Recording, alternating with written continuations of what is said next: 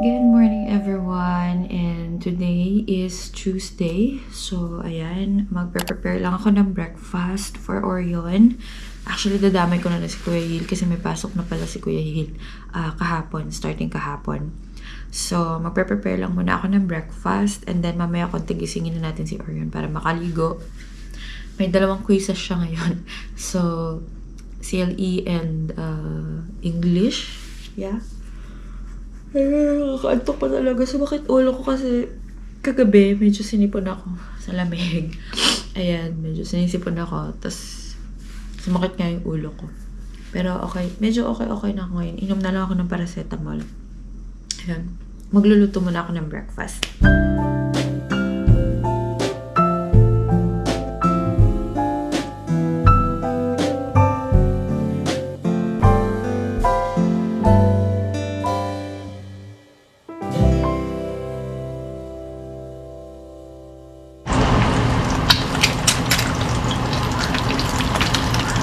Guys, fry lang tayo ng egg. So, tsaka hotdogs.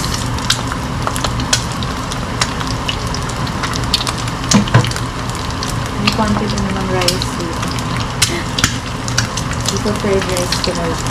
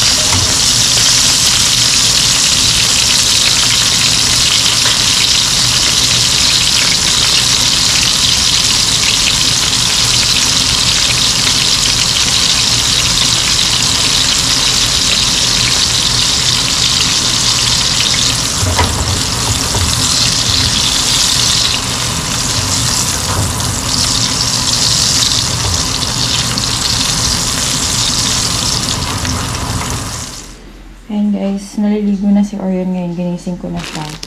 Tapos yung baon niya, hindi na ako mag-prepare ng bento kasi papasok lang naman siya for quizzes. Ayan, so snacks lang tayo na. Baon siya ito. Red ribbon, watermelon. Tapos kahapon bumili kasi sinapapa nito. Lola Nenas. Cheese ba? Si Kuya Hil kumain dito kagabi. For sure. Ayan, Lola Nenas. Hindi ko alam kung magkano na to. Siguro 200 plus ito. Ayan, masarap yan eh. May cheese. Generous, very generous yung paglagay nila ng cheese sa donuts nila. Lola Nenas. Buti na lang nagkaroon dito. Dati kasi wala na dito sa San Fernando. Parang sa QC lang siya. Around Manila area lang siya. Tapos, last year ba yun? Nung nagkaroon ng Lola Nenas.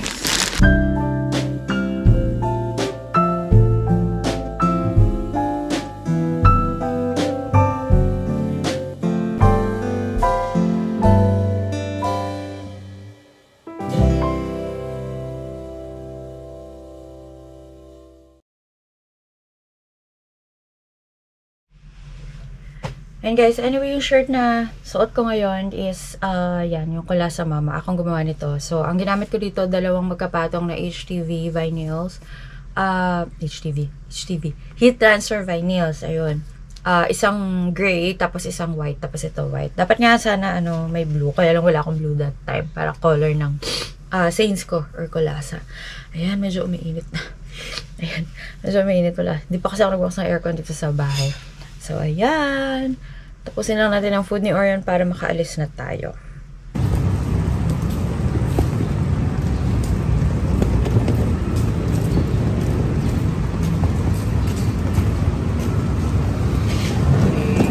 Morning, Kuya. Ay! Ay, ba't ayaw? Saan? Ayaw. Wala dyan. Dito. Ba't ayaw doon? Ay, okay na yan. Ayan guys, ito na kami sa school. Medyo na-traffic kami banda dun sa may Dolores kasi ginagawa pala yung kabilang daan. Kasi last December ata or November. Hindi, parang December din yung nagawa. Basta ganon, ginawa. So, medyo na traffic kami ngayon. Pero hindi naman gaano. Medyo lang. Slight lang. Ayan, natito natin si Orion. So, may dalawang quiz siya. And syempre, cramming. Ayan. Muulan. Ayun guys, nasa school na kami uli. So, sunduin namin si Orion. Sinundo ko pala si Mami. Tapos, kasi pumunta kami ng sanctuary. Puntahan namin si Papa. Ayun. Naantay lang namin si Orion. Wala pa eh. Tapos, nag-drive-thru kami ng coffee. Ayan. Masarap kasi talaga yung coffee, yung ice latte sa Jollibee. So, if hindi nyo pa na-try, I suggest try ninyo. At least makakatipid kayo. Magkano ba ito? Tingnan natin. So, medium size lang to. Ay, regular size lang tong binili namin. So, kano ba siya? 50. O, diba? 50 lang. Mayroon ka ng ice latte. Ayan. Asan na ba si Orion? Wala pa. Ayun, hintayin lang namin si Orion saglit. And then, punta kami ng sanctuario. Hindi ka na, Orion. Hindi ka makababa.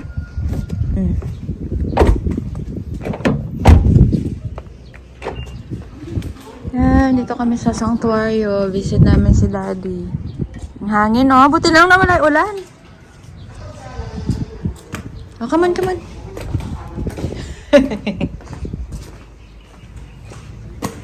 Come on, Arian. Ay, good morning po. Naantok ako. Ay, asan na si Arian? Arian, come on.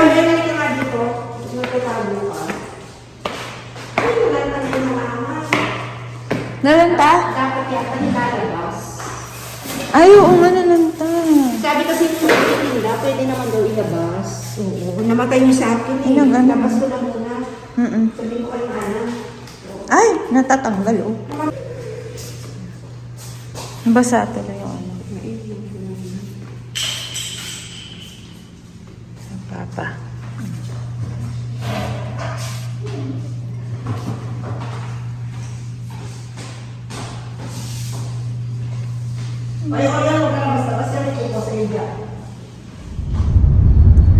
Ayan guys, so on the way kami ngayon sa LBC Hub ng San Fernando. San Fernando Delivery Hub siya, pero sa Mexico siya nakalocate. Kasi meron kaming package, meron kaming pending na hanggang ngayon hindi pa siya nade-deliver in. Dahil credit card yon, so priority dapat siya. And tumawag na kami sa mismong LBC, parang customer service, medyo matagal ang waiting, ang ano nila, no, waiting period, mga nasa 7 minutes. So, tapos parang hindi pa gaanong maalam yung customer service rep. So, ngayon, nag-decide na lang kami na kunin na lang. Ang ginawa ni Papa ay naghanap siya ng hinanap niya yung contact person niya pa before sa LBC, since doon nga siya nag-work before. Delivery manager siya. So, ayun. Ngayon, hanapin namin ang LBC kasi first time namin pupunta doon sa bagong hub nila dahil nalipat na nga yung hub. Dito tayo sa May Mexico. Lagpas to ng SM City, Pampanga. So, ito, Wilcon na to. So, binigay na sa amin yung address. And, yan. Hanapin lang namin yung mismong pinaka-hub nila. So, ito yung Phoenix gas station. Nakita mo na? Ayan. So, madali lang siyang puntahan. Saan? Ba't nandito tayo? Sa mismong gas station? Okay. So, tabi lang siya ng... okay. Check muna natin. Ate, yun yung LBC, no? Thank you. Ayun. Dito tayo sa Phoenix gas station. At ito pala ang LBC. So, malapit lang siya. Sobrang lapit lang pala, no? Akala ko lalayo pa tayo. Ayan guys, ayan ang LBC hub. So, sugod na kayo. Kung meron kayong mga parcel na hindi nyo makuha. Sobrang lapit lang niya sa SM. Lagpas lang ng Wilcon, yung gasoline station na Phoenix. Ayan. Ako, dumidede si Mojo Girl. Bababa ako dahil sa akin nakapangalan yun.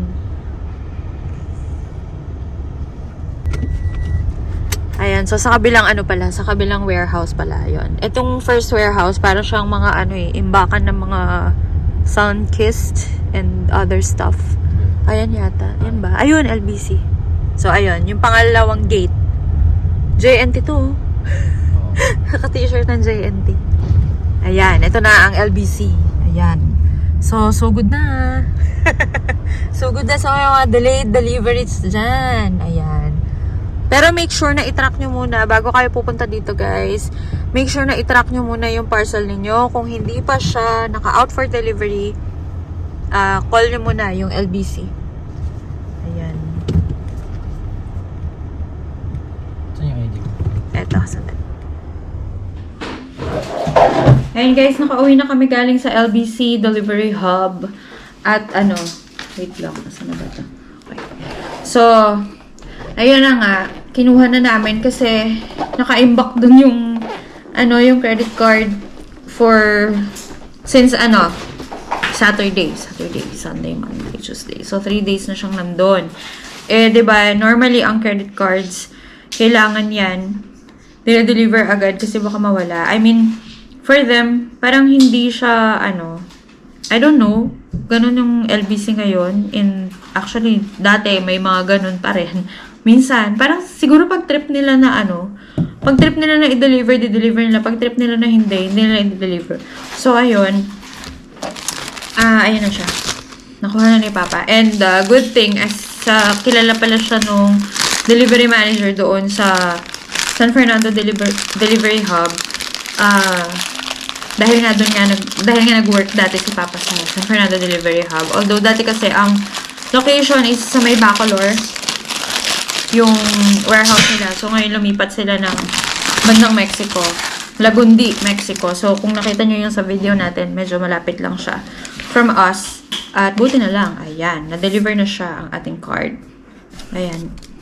At buti na lang sa akin siya nakapangalan. So, dinala lang ni Papa yung ID ko doon. Yeah, we're going to open our card. Tapos, kailangan natin siyang i-activate. Ayan. So, anyway, ayun nga. So, ayan guys. Lalagay ko, ano bang lalagay ko dito? Lalagay ko yung email address ko. Maglalagay na lang ako ng email address kasi baka mamaya bawal palang puntahan. Or sige, lalagay ko na lang dito sa description box. Yun, para if ever na kailangan ninyo pumunta sa LBC Delivery Hub, ay alam ninyong puntahan. Basta make sure lang natatrack nyo muna. I-track nyo muna kasi kung baka mamaya magkasalisi kayo, pumunta pala kayo doon, tapos ang layo-layo nyo pa. Ayun na siya. Wait lang. Ayun guys, so nag-edit lang kasi ako ng video kanina. Kaya ganun siya, marami ako mga ginawa, mga documents. So anyway, sabi ko nga, before going to the LBC Hub, Delivery Hub, make sure na ma-track nyo muna. You can always track your parcel sa website ng LBC. So, search nyo lang sa Google, LBC tracking. And then, para malaman ninyo, if hindi nag-update yung tracking ninyo, normally, dapat nag-update niyan around 10 o'clock in the morning. If hindi naman, wait pa kayo. Sige, let's give it until 12. So, kung wala pa ring update, pwede na kayong pumunta. Sumugod na kayo, charot, sa LBC Delivery Hub. If dito kayo sa San Fernando, ha? Kasi, syempre, iba-iba yung mga delivery hub. Mali ko kung saan yung sa Manila area, diba? So, dito lang tayo sa Pampanga, San Fernando, Pampanga. Sa Mexico siya. And, malapit lang naman siya from us. So, lagpas lang siya ng SM Pampanga. And then, make sure na nasa inyo yung tracking. If kayo yung mag-receive, if sa inyo nakapangalan yung parcel, make sure na meron din kayong dalang ID. Especially if documents yan like passports, credit cards, yung mga importanteng documents, hindi nila yan i-release if you don't have your identification card. So, kailangan, for example, kumuha kayo ng visa or kumuha kayo ng passport at sa LBC nyo pina-courier. Kasi normally, I think yung DFA sa LBC ata talaga siya. Pero yung mga visa, it depends eh. Meron iba to go yung gamit, ganun, or yung ibang credit card to go din siya. So, make sure na may dala kayong valid ID. Kasi hindi po nila yung ibibigay kung ibang tao at kung wala kayong ID. Tapos kung ibang tao naman ang pick up, make sure you have an authorization letter to claim it. And sabi ko nga, kailangan po check nyo muna sa tracking and then tawag kayo sa LBC para malaman ninyo kung nandun yung parcel niyo kasi baka mamaya hindi siya naka-out for delivery sa tracking. Tapos nagpunta kayo, nagkasalisi kayo ng magde-deliver na out for delivery bigla. So, ipa-hold nyo. Kasi ang ginawa namin, pina-hold ni Papa. Tumawag muna siya sa LBC and then pina-hold niya yung aking parcel para kami na ang kukuha doon. Kasi mas mahirap kung pumunta kami, tas nagkasalisi kami, biglang in-out for delivery nila. So, sayang ang oras, sayang ang gasolina. Ayun. So, yun lang naman. Sana yung mga sellers, always check din nila. Although, for me, para sa akin ha, since seller din naman ako, hindi kasalanan ni seller kung hindi ma-deliver ang parcel. Kasi, once na na-out na yun ni seller, ang may problema na dyan ay yung courier. So, feeling ko natambakan talaga sila nung, especially nung holiday season. Kasi ganyan din yung nangyari kay mama eh. Yung passport niya, nasa LBC na ng December 30. So, January 2 nila ni-release. Siguro nga dahil nga January 2 na nila dineliver. So, ayun. Yung sa akin naman, January 6, nasa delivery hub na ng LBC. 7, 8, 9. Ngayon, 9. Tama ba? Yeah. January 9 ngayon.